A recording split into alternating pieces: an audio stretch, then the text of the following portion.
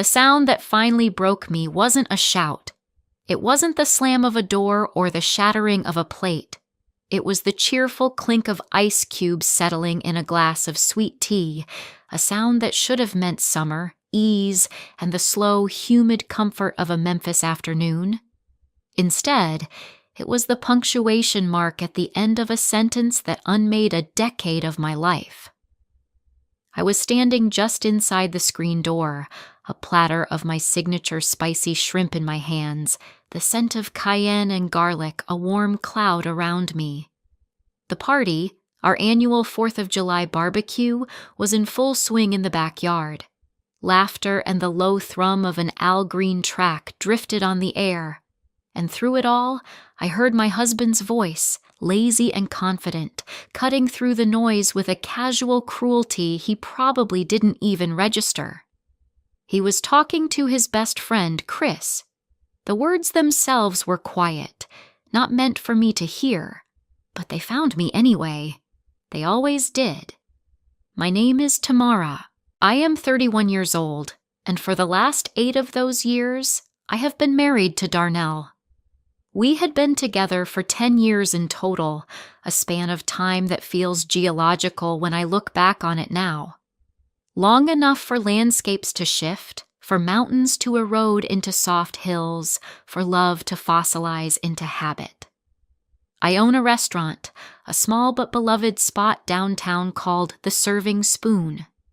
It's my heart and my hustle, the place where I translate my love into braised short ribs and skillet cornbread. As a restaurant owner, I understand infrastructure. I know that what the customer sees, the beautifully plated food, the warm lighting, the seamless service, is only possible because of a vast, invisible network of systems running tirelessly behind the scenes. The supply chains, the prep work, the scheduling, the payroll, the constant, grinding maintenance. A good restaurant, like a good relationship, isn't magic.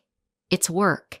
It's the 1,000 unglamorous tasks nobody applauds, performed with relentless consistency. For 10 years, I had been the silent, load-bearing infrastructure of Darnell's life, and I had mistaken his comfort for our shared happiness. I thought we were co-owners of the enterprise of our marriage. I was about to find out I was just the head chef, the general manager, and the sole investor in a business where he was the only permanent guest. The shrimp on the platter were growing cold. The sound of the party, once a warm buzz, now felt like static. Darnell and Chris were sitting in a pair of Adirondack chairs near the grill, beers sweating in their hands. Darnell had his back to me, but I could see his shoulders relaxed, the picture of a man at ease in his kingdom.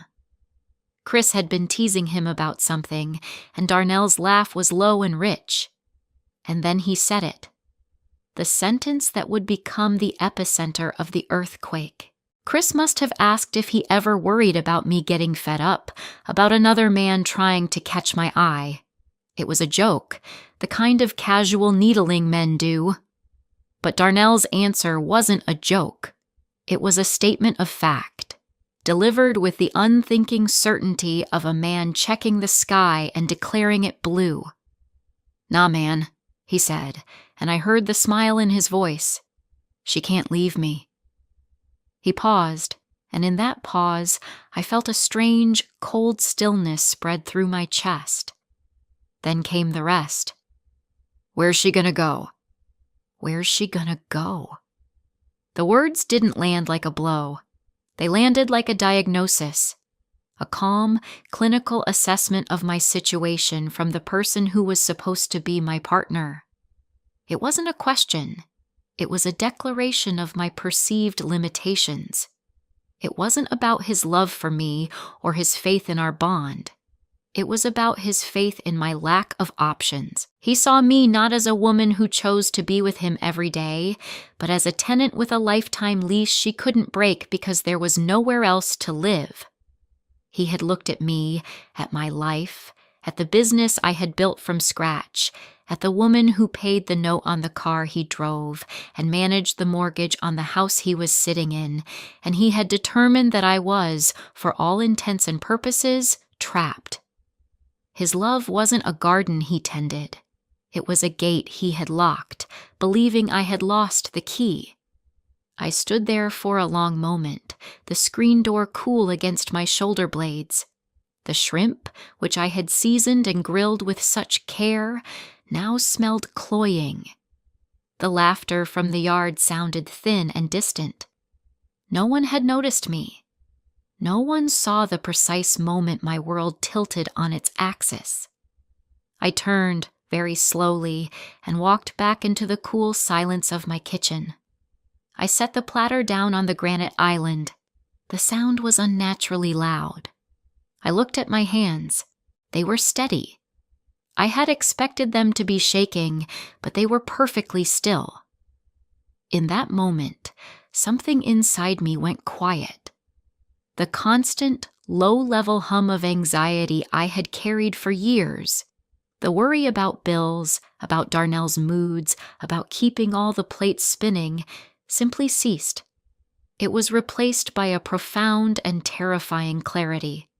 The question wasn't where I was going to go. The question was why I had stayed so long. The archaeology of our disrespect began subtly, as most erosions do. It wasn't a landslide. It was the slow, patient work of wind and water, a grain of sand at a time. When we first got together, Darnell was my biggest cheerleader. I was a sous chef with a dream, sketching out menus on napkins and saving every spare dollar. He was the one who said, "You can do this, T. You've got the talent." He saw the fire in me, and he warmed his hands by it. The first loan for the serving spoon was in my name, co-signed by my grandmother. Darnell was there for the grand opening, beaming, his arm around my waist, accepting congratulations as if he'd been the one sweating over the stove for 18 hours a day. "We did it, babe," he'd said, raising a glass of champagne. At the time, I heard the "we" as a testament to our partnership. Now, I hear it for what it was, the first quiet act of annexation. He was claiming territory he hadn't cultivated. The invisible labor began with the bills. I was the one with the steady income from the restaurant, even in the lean early years. Darnell worked in sales, a commission-based job that was either feast or famine. I didn't mind. We were a team. I set up the automatic payments, tracked the due dates, managed the budget. I created a financial scaffolding around our life so that he never had to feel the precarity of his own income. It was my secret work, done late at night at the kitchen table with a calculator and a cup of peppermint tea. He never saw the spreadsheets. He only saw that the lights stayed on, the fridge was always full, and there was always gas in his car. "You're a magician with money, T," he'd say, kissing the top of my head as he passed by the table where I sat, swimming in a sea of numbers. It was a compliment, but it was also a dismissal. Magicians perform tricks. What I was doing wasn't magic. It was meticulous, exhausting work. It was the labor of making reality bend to our needs, and I was the only one bending it. Then came the car. His old sedan finally gave up, and he set his heart on a gleaming black Charger that was far beyond his means. "I need to look successful for my clients," he argued. "It's an investment." I knew it was a vanity purchase, but I also knew how much his pride was tied to his image. So I helped with the down payment, which meant I paid all of it. And when his commissions were thin for a few months in a row, the car note fell to me. The first time, he was mortified. "Babe, I am so sorry. I'll pay you back double next month." He didn't. The second time, he was frustrated. "This damn market is killing me." The third time, it was just an expectation. "Hey, the car note is due on Friday," he'd call out on his way out the door, as if reminding me of an errand I was supposed to run. It was no longer his debt I was covering. It was our shared expense that I was solely responsible for. My name wasn't on the title, but my money was under the hood. The social erosion was even more insidious. Our home became his clubhouse. His friends, Chris, Marcus, Kevin, were a constant presence. They'd descend on a Friday night with a case of beer and an expectation of being fed. And I, the consummate hostess, the woman whose entire professional life was about making people feel welcome and nourished, would oblige. I'd cook. Big pots of jambalaya, platters of wings, my famous 7-cheese mac and cheese. They would eat and laugh and hold court in my living room while Darnell played the magnanimous host. I would be the one clearing plates, refilling drinks, and, long after they'd gone home and Darnell was sleeping soundly, I'd be the one scrubbing grease from pots in the quiet of a 2 a.m. kitchen. One night, Chris, who had a particular talent for saying the quiet part out loud, slapped Darnell on the back and said, "Man, you hit the lottery. A woman who can cook like this and pays the bills? You better lock that down." They all laughed. Darnell just grinned, a proud, proprietary smile. He didn't say, "She works harder than any of us." He didn't say, "I'm lucky to have her." He just accepted the compliment as his due. I was standing by the sink, my hands submerged in hot, soapy water, and I felt a chill run down my spine. They weren't seeing me. Tamara, the woman, the business owner. They were seeing a collection of valuable assets, a chef, a financier, a maid, a prize he had won. This was the context for Chris's presence in our lives. He wasn't just a friend. He was the chief priest in the church of Darnell's comfort. He was the one who constantly affirmed Darnell's worldview. I remember one specific evening, about a year before the barbecue. Darnell had been complaining about a slow month at work, feeling down on himself. I was trying to be supportive, suggesting ways he could pivot, maybe look into a salaried position for more stability. Chris was over, of course, and he overheard. "Don't listen to all that worrying, man," Chris said, leaning back on my sofa, his feet on my coffee table. "You're a shark. You gotta keep moving. 'Tis got the house covered. That's the point of having a strong woman. She holds down the fort so you can go out and hunt." He looked over at me and smiled, as if he'd just paid me the highest compliment. "Stop worrying, Dee," he continued, his voice dropping. "She's locked in." Locked in. The phrase hung in the air, Darnell's shoulders visibly relaxed. He had been given permission to remain complacent. He looked at me, his expression grateful, and I saw in his eyes that he believed Chris was right. He believed my strength existed for the primary purpose of enabling his comfort. My success wasn't my own. It was the safety net that allowed him to perform his masculinity without any real risk.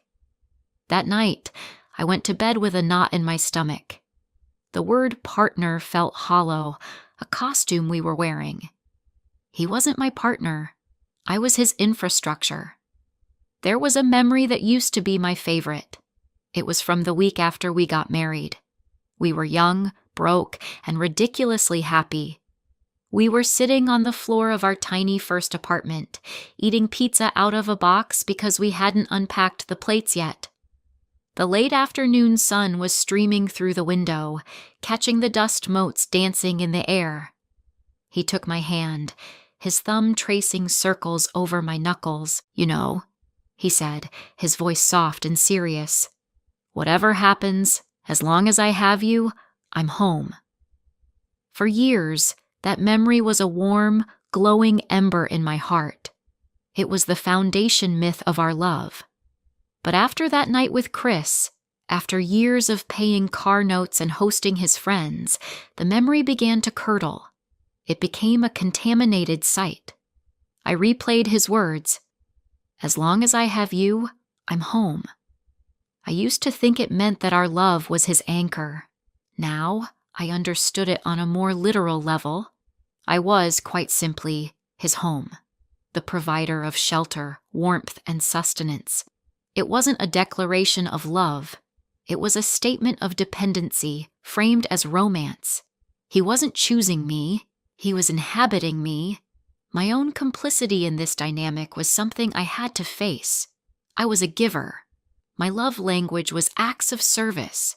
I showed I cared by doing, by providing, by anticipating needs and meeting them before they were ever voiced.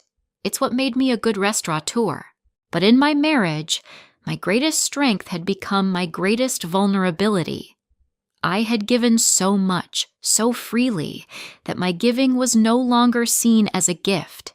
It was seen as a utility, like water from the tap or electricity from the wall, always on, always available, and only noticed when it was suddenly, inexplicably shut off. Darnell hadn't just taken me for granted. I had taught him how. I had quietly accepted the role of the carrier, the one who absorbed the shocks and smoothed the path. I had done it out of love, but love without reciprocity is just labor. And I was tired, bone-tired. A weariness that had settled deep in my marrow, a fatigue that no amount of sleep could cure. And then came the 4th of July barbecue and Darnell's casual, confident pronouncement to Chris. She can't leave me. Where's she gonna go? In that moment, all the scattered pieces of evidence, all the contaminated memories, all the quiet resentments clicked into place. It wasn't just that he took me for granted. It was that he had fundamentally miscalculated my worth and my will. He saw my patience not as a choice, but as a lack of options. He saw my love not as a gift, but as a cage of my own making. And standing there in my silent kitchen, I realized he had made a terrible, irreversible mistake. He had forgotten that I was the one who held the key. The breaking point wasn't an explosion. It was a quiet, internal event, as silent and decisive as a circuit breaker tripping.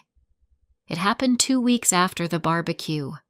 The poison of Darnell's words had been circulating in my system, changing the chemistry of every interaction.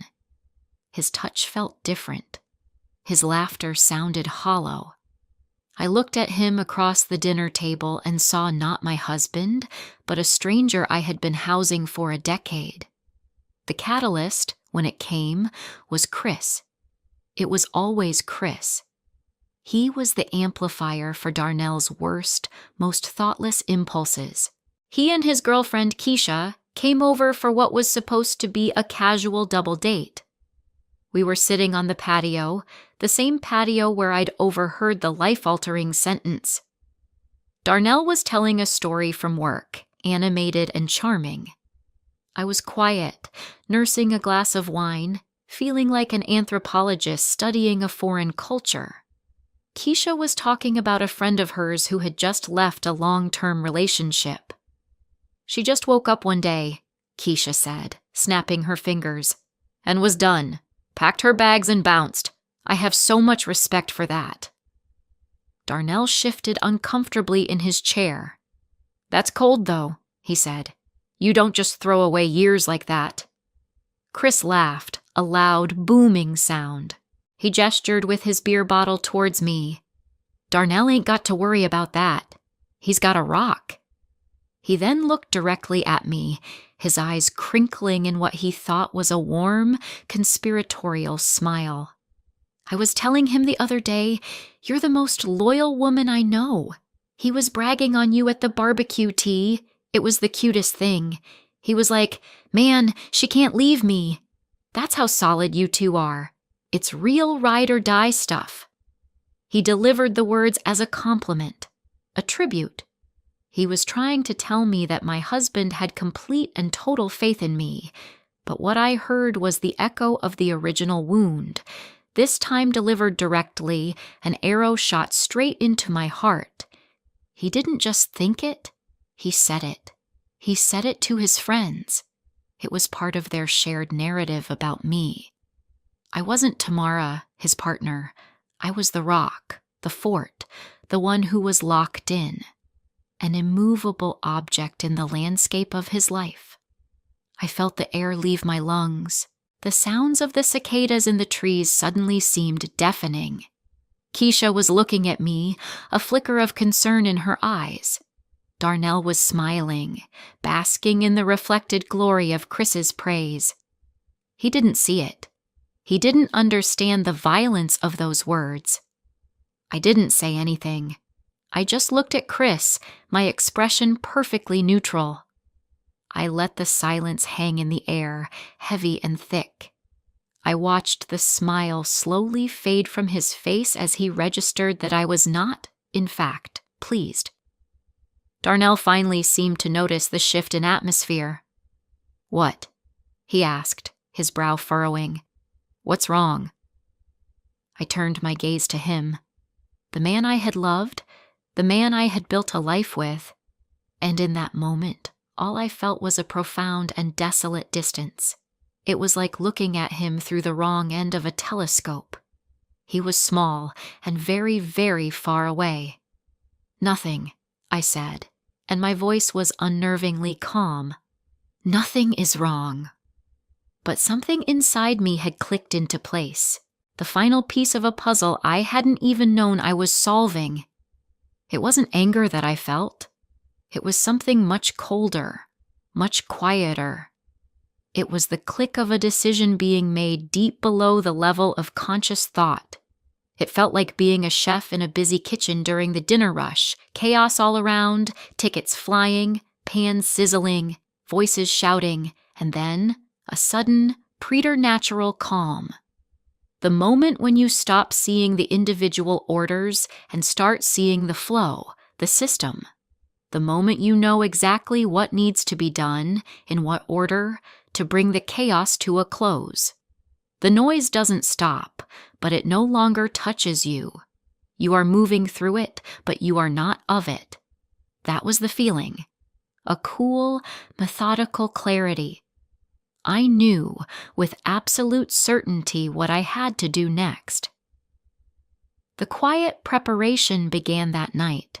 After Chris and Keisha left, after Darnell's clumsy attempts to ask what was wrong were deflected with a headache and a desire to go to bed early, I lay in the dark and listened to the sound of his breathing.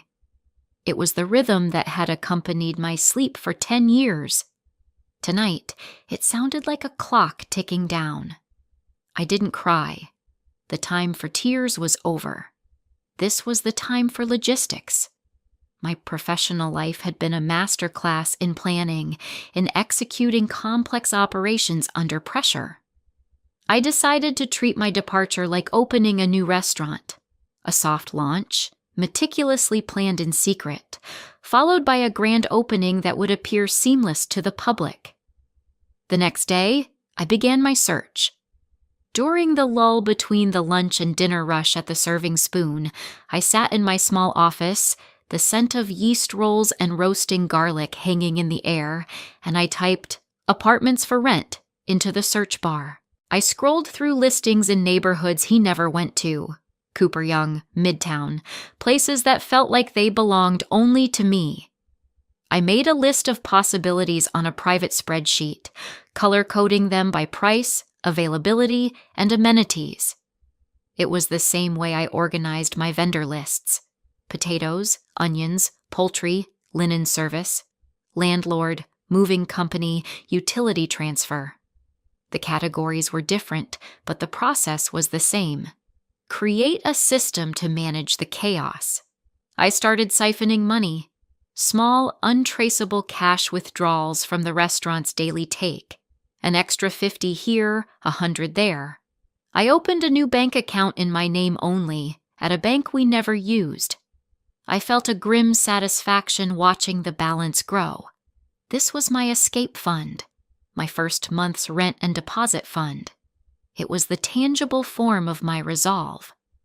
The irony was that as I was planning my escape, Darnell became more affectionate. He must have sensed my withdrawal, my quietness, and misinterpreted it as sadness he needed to fix. He started bringing me flowers, cheap grocery store bouquets that I would arrange in a vase and place on the counter, knowing they would be dead before I was gone. He'd wrap his arms around me from behind while I was washing dishes. "I love our quiet nights," he murmured into my hair one evening. I was standing at the sink, but in my mind, I was miles away, mentally walking through an apartment I had viewed that afternoon on the pretense of meeting with a new produce supplier. I just stood there, my hands in the warm water, and said, "Me too." The ease with which the lie came to my lips frightened me and then empowered me. I was no longer living in our life. I was performing it.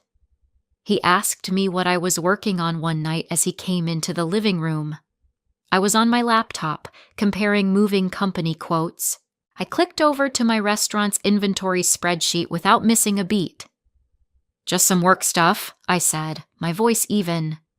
"Trying to figure out why my food costs are so high this quarter." He nodded, his eyes already glazing over. He had no interest in the mechanics of my business, only in the fruits of it. He sat down on the sofa, turned on the TV, and was instantly absorbed in a basketball game.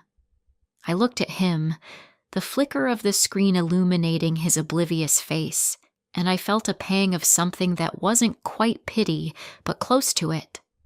He had no idea the ground beneath his feet was about to dissolve. He was sitting in a house I was about to haunt, a ghost in training. 2 weeks later, I signed the lease. A beautiful one-bedroom apartment above a bookstore, with a small balcony overlooking a quiet street lined with crepe myrtle trees. It was small. It was mine. I paid the deposit and the first month's rent in cash. The landlord handed me the keys. They felt heavy in my palm, heavier than my wedding ring. They felt like the future. My anniversary was the following Sunday. Darnell always forgot until the last minute. I knew this. I counted on it. On Saturday, I saw a generic, schmaltzy card sitting on his nightstand, still unsigned. It was the final confirmation I needed. That Sunday morning, Darnell and Chris had their standing basketball game at the community center. He left at 9 a.m., kissing me goodbye. "Be back around 1, he said. "Maybe we can go out for dinner tonight for our anniversary." "Maybe," I said and smiled. It wasn't a real smile. It was the smile a hostess gives to a difficult customer. Polite, professional, and utterly detached. The moment his car pulled out of the driveway, I began to move. I had hired a small local moving company, 2 men and a truck, and instructed them to arrive at 9:15. They were punctual, professional, and asked no questions. The process of leaving was a strange, out-of-body experience.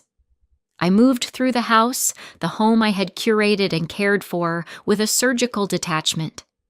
I took my clothes, my books, the paintings my grandmother had left me. I took the good knives from the kitchen, the Le Creuset pot Darnell had given me for Christmas 3 years ago, the espresso machine I used every morning. I was dividing our life, and the line was clear. I took what I had paid for, what I had earned, what held my history. I left the big screen TV, the leather sofa, the collection of video games. I left the life he thought we had built together. It was his. He could have it. The house grew emptier, more echo-filled with each box that was carried out. I walked through the rooms one last time. The bedroom, stripped of my presence, looked like a sad hotel room. The closet was a cavern of his things. I went into the kitchen. On the counter, beside the vase of dying flowers, was the anniversary card. Still unsigned. I took off my house key. It was warm from my body. I placed it gently on top of the card, right over the printed words that said, "To my wonderful wife." My wedding ring followed. It made a soft, metallic click as it settled next to the key. My key. His unsigned card. The symbols of our entire story. It was all there. I didn't write a note. The silence, the absence, the empty spaces where my life used to be, that was the note. I walked out the front door and did not look back. I got into my car and drove away from the house I had paid for, from the man I had loved, from the life I had finally stopped carrying. The sun was warm on my face. The air smelled of freedom. I was already elsewhere. I was going home. The first cascade began at 1:17 p.m. My phone buzzed on the passenger seat of my car. I was unpacking boxes in my new apartment, the sound of my movements echoing in the empty space. It was Darnell. I let it go to voicemail. A minute later, another call. I ignored it. Then the texts started. "Where are you? Call me. T, this isn't funny. The closet is empty. What the hell is going on?" I read the messages with a strange sense of detachment. It was like watching a movie I'd already seen the ending to. The shock and denial phase. It was predictable. I continued unpacking my books, arranging them on the shelves, creating order out of the chaos of my life. The smell of old paper and ink was comforting. The anger and accusation phase began around 3 p.m. He had clearly cycled through the house and registered the full scope of my departure. "You took the damn coffee maker? Seriously? After everything I've done for you, you just walk out? No note? No conversation? You're a coward, Tamara. You are being so damn dramatic. Whatever Chris said, you took it the wrong way. You're manipulating this whole situation to make me the bad guy." I read the word manipulating, and a small humorless smile touched my lips. He was accusing me of the very thing he had done for years, managing a narrative, controlling a situation for his own benefit. I put the phone on silent and placed it face down on the counter. His panic was not my problem to solve. His anger was not my responsibility to absorb. Phase 3, recruiting allies, kicked off at 5:30. It was a call from Chris. I almost didn't answer, but I knew this was a necessary step in the process. I had to close that door too. "T, what is going on? Darnell is losing his mind over here," he said, his voice a mixture of concern and exasperation. "I moved out, Chris," I said calmly. I was wiping down my new kitchen counters. "Moved out? What do you mean, moved out? You can't just move out. It's your anniversary." He said it as if the date on the calendar was a binding contract. "He remembered then," I said, my voice flat. He ignored that. "Look, T, you're being a little unfair. He's a good guy. He loves you. Whatever I said the other night, I was just joking around, man. You can't blow up your marriage over a stupid joke." I paused in my wiping, the damp cloth still in my hand. He was trying to mediate, to smooth things over, to get me to return to my designated role in their comfortable little world. He needed me to be the bigger person, the reasonable one. "You're right," I said, and the sound of my own voice surprised me with its warmth. "He deserves someone who thinks he's a good guy." Silence on the other end of the line. He had expected an argument, tears, a negotiation. He had no script for my calm agreement. "What's that supposed to mean?" he finally stammered.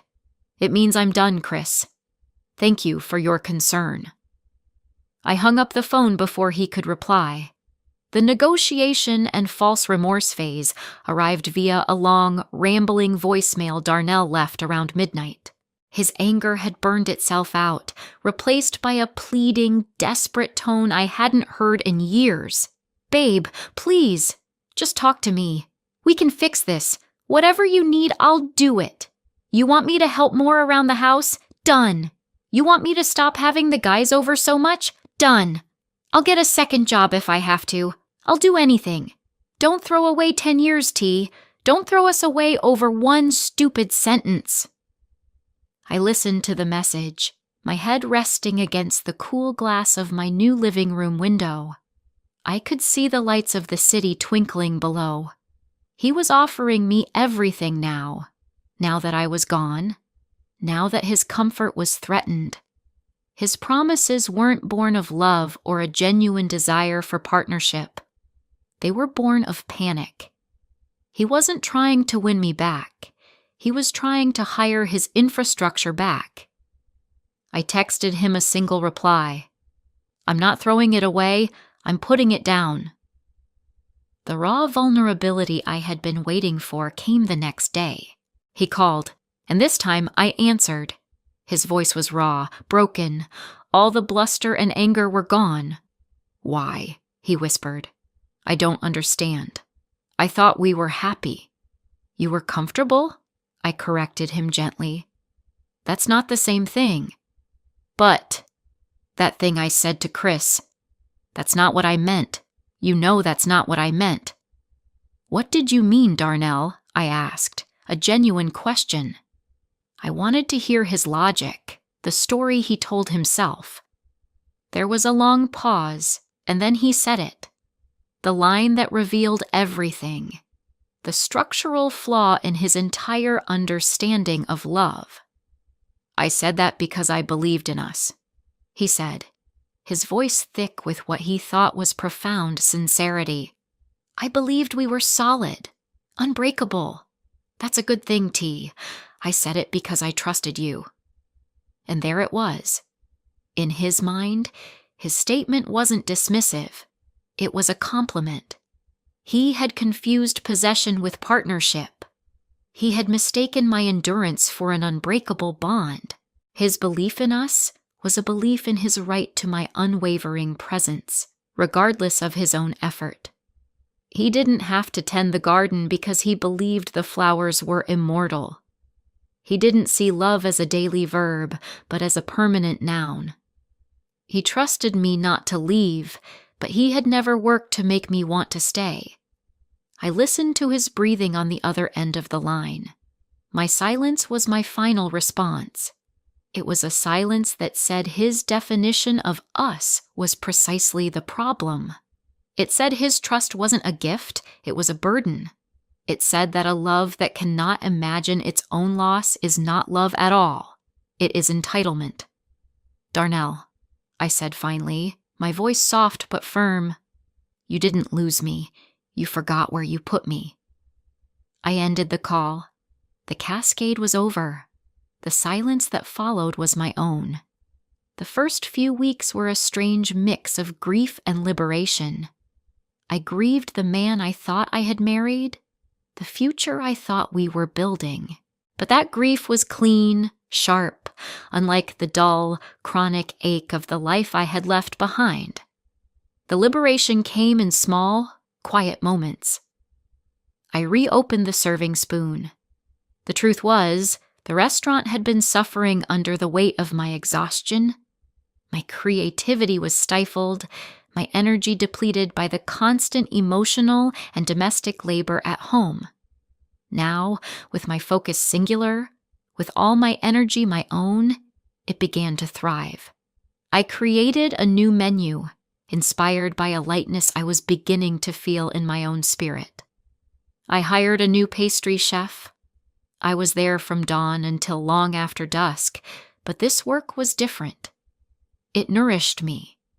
It was a collaboration with my staff, my customers, my ingredients. It was a partnership where everyone contributed. My apartment became my sanctuary. The quiet was the most revolutionary thing. For years, my home had been filled with the noise of others, Darnell's television, his friends' laughter, his needs, his presence. The silence of my own space was a balm. I cooked for myself. Simple meals, a perfect omelet for breakfast, a bowl of pasta with fresh basil from a pot on my balcony for dinner. The act of preparing a meal for one was a radical act of self-care. I wasn't fueling up to serve anyone else. I was nourishing myself, for myself. There was no one to please, no one to clean up after. Just the simple, profound pleasure of a meal made and eaten in peace. I slowly reconnected with my own friends, people I had let drift away because I was too busy managing Darnell's social life. I had brunch with my sister, who, upon hearing the news, simply hugged me and said, "It's about time." She had seen it all, of course. She had been waiting patiently for me to see it, too. There was no grand cinematic moment of vindication. My success wasn't about revenge. It was the natural, organic consequence of removing an obstruction. A plant that has been living in the shade, when finally moved into the sun, will grow. It isn't trying to spite the shade.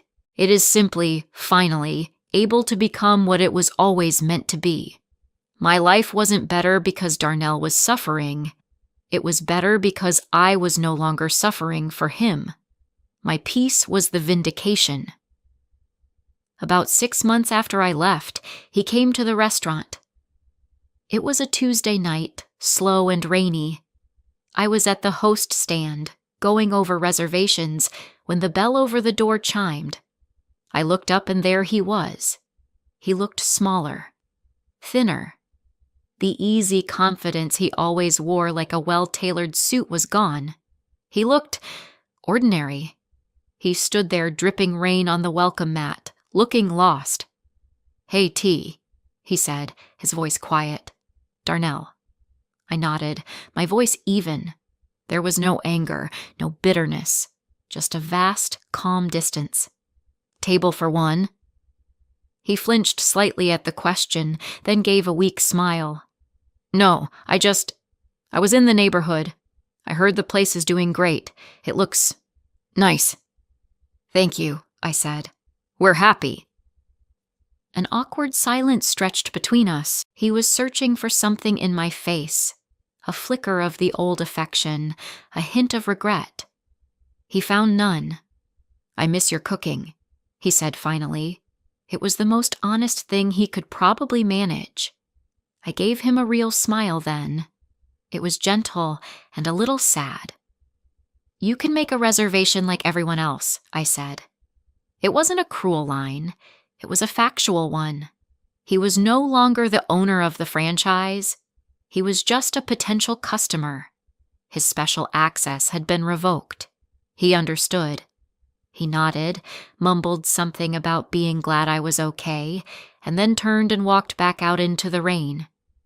I watched him go, a man I used to know, and the only thing I felt was a quiet sense of closure.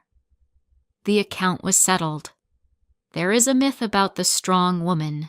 She is a pillar, a rock, an anchor. She can bear any weight, withstand any storm. We are taught to admire her, to aspire to be her, but we rarely question the nature of the burden she is asked to carry. We don't ask why the storm is raging in her own home. We don't ask why her partner is not also a pillar, standing beside her, sharing the load. The title of strong woman can become a cage, an expectation that you will endure, that you will absorb, that you will carry everything and everyone, and you will do it with a quiet, uncomplaining grace. Your strength becomes your own undoing, because it is used by others as a justification for their own weakness, their own complacency. They don't have to be strong, because you are strong enough for two. I learned that love is not about endurance. It is not about how much you can carry for someone else. It is about reciprocity. It is about two people, two pillars, holding up a shared roof. It is about someone who sees you carrying a heavy load and says, "Here, let me take that from you," not someone who says, "Here, take this too." Darnell didn't love my strength. He loved its utility. He loved the comfort and ease my strength afforded him. He loved me the way a man loves a sturdy, reliable tool. Leaving wasn't an act of breaking. It was an act of preservation. It was the moment I finally decided that my strength was a resource, not a utility. and it was a resource I would no longer be allocating to a project that yielded no return. I was taking my assets and investing them back into my own enterprise, myself. Some nights, I sit on my small balcony, a glass of wine in my hand, and I listen to the sounds of the city. I am not lonely, I am alone. And the difference between those two words is a universe. The peace I have found is not loud or triumphant. It is quiet and steady, and it tastes like a meal cooked for one, with no one to serve but the woman I am finally becoming. If you enjoyed this story, please like, comment, and share this video with your friends. Subscribe and turn on the notification bell so you never miss a powerful story drop.